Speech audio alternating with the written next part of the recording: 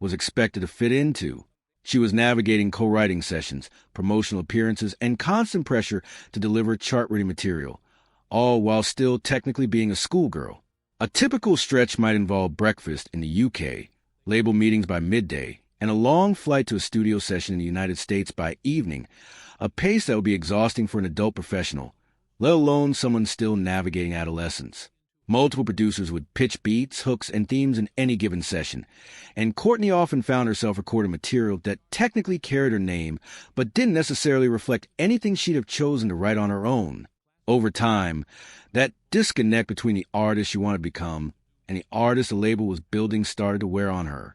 Behind the scenes, she's spoken about the exhaustion of having to close out live shows week after week, carrying the emotional weight of being a centerpiece performer while still trying to process what was happening to her life. The support from judges like Howie Mandel helped, but it didn't erase the underlying strain of being treated more like an asset to be developed than a teenager figuring out who she was as an artist. That tension between authentic creative identity and an industry trying to manufacture a marketable one became the defining struggle of her early career. Eventually, the public effects of that strain became visible. Social media activity slowed. Major media appearances became less frequent. Fans noticed the quiet and began speculating about what had happened to her, with theories ranging from creative disagreements to health concerns. There were no major public statements clarifying things, which only fed more uncertainty. In reality, Courtney wasn't disappearing so much as stepping back to protect herself. The relationship with Simon Cowell, which had never really been personal mentorship to begin with, faded into the background as he moved on to discovering new talent for new seasons. He had served as the executive who spotted and signed her, not someone responsible for guiding her emotionally through what came next. And once the business relationship ran its course, there was little ongoing connection between them. During this quieter stretch, Courtney began working with independent producers, most notably Kevin Bowe, a Grammy-winning collaborator known for his work with artists like Etta James and Joe Cocker. This shift mattered enormously. Rather than being handed direction from a label, she started building a creative partnership rooted in her own instincts, slowly working her way back toward music that felt honest rather than manufactured. By the mid-2020s, Courtney had reemerged as a fundamentally different kind of artist. Independent, more emotionally direct, and far more in control of her own sound. Working with Bowe, she began writing and recording songs that leaned into vulnerability and resilience rather than radio-friendly polish. Tracks like Monsters, You Only Love Me When I Lie, Breakable, and That Girl Don't Live Here reflected a more personal, unfiltered version of her artistry. She has spoken about this period as something close to a creative rebirth, explaining that she finally feels she understands who she is as an artist rather than being told who to be. Critics responded warmly, describing songs like You Only Love Me When I Lie as raw, blues-inflected, and emotionally powerful in a way that distinguished it from her earlier, more produced material. Her broader project, an album titled Little Miss Jagged, has been framed as her most personal and ambitious work to date, blending rock, soul, and punk influences across its track list. Now in her 20s, Courtney has become noticeably more open about the toll those early teenage years took on her, discussing burnout and the loss of creative control candidly in interviews. There have also been viral claims suggesting Simon Cowell privately reflected on the pressures placed on young contestants like her, expressing regret over how quickly the industry pushed her into an adult-sized spotlight. It's worth noting that no major outlet has verified these specific remarks, so they remain unconfirmed online speculation rather than established fact. What is clear is that Cowell has stayed aware of her career trajectory, even as their professional relationship has long since ended. Today, Courtney lives back in the UK, having relocated to nurture independence after parting ways with her label.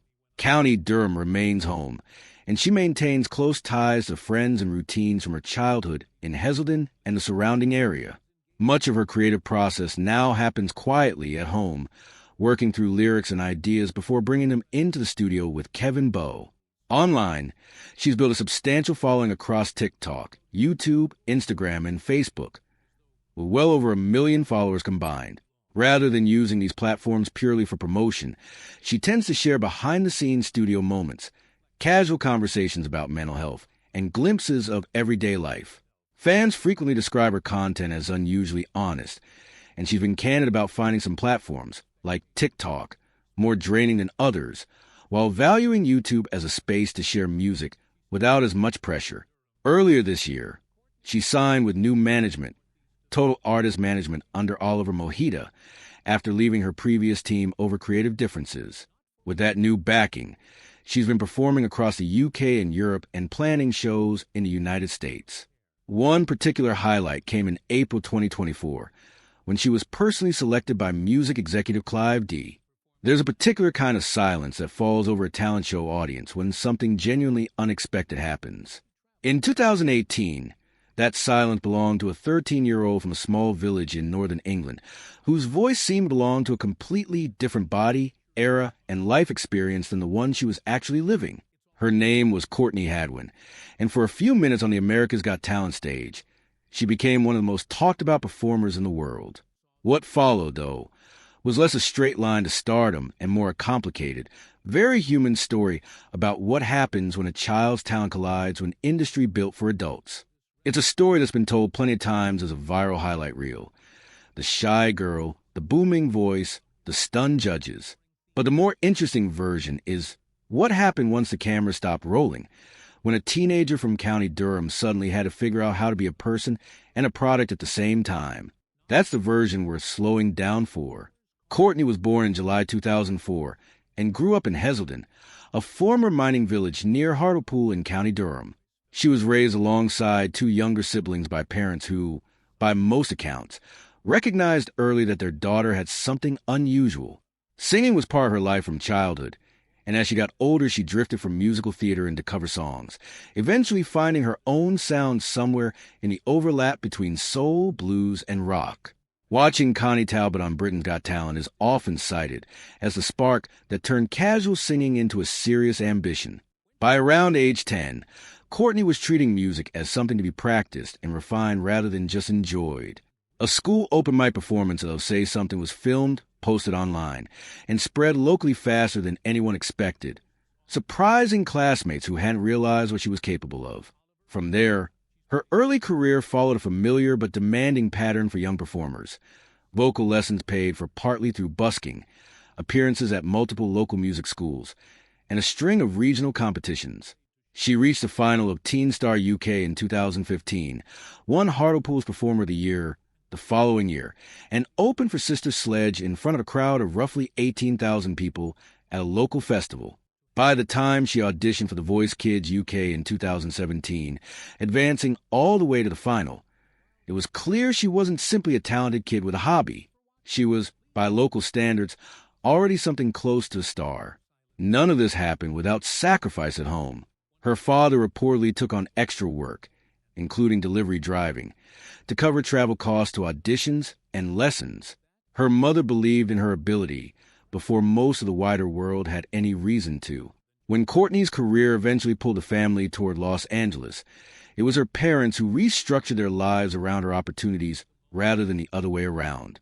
That foundation of steady, unglamorous family support is part of why, when the audition that changed everything arrived in 2018, Courtney had somewhere solid to stand.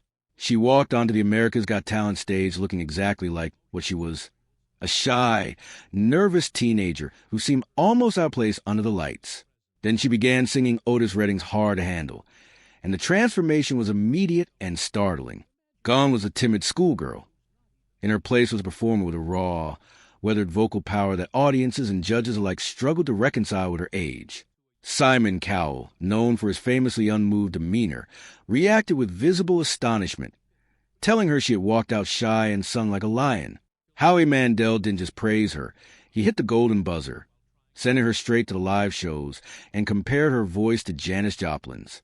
The clip spread rapidly online, eventually racking up hundreds of millions of views, and by the time the season reached its later rounds, plenty of commentators were describing Courtney as a once-in-a-generation talent.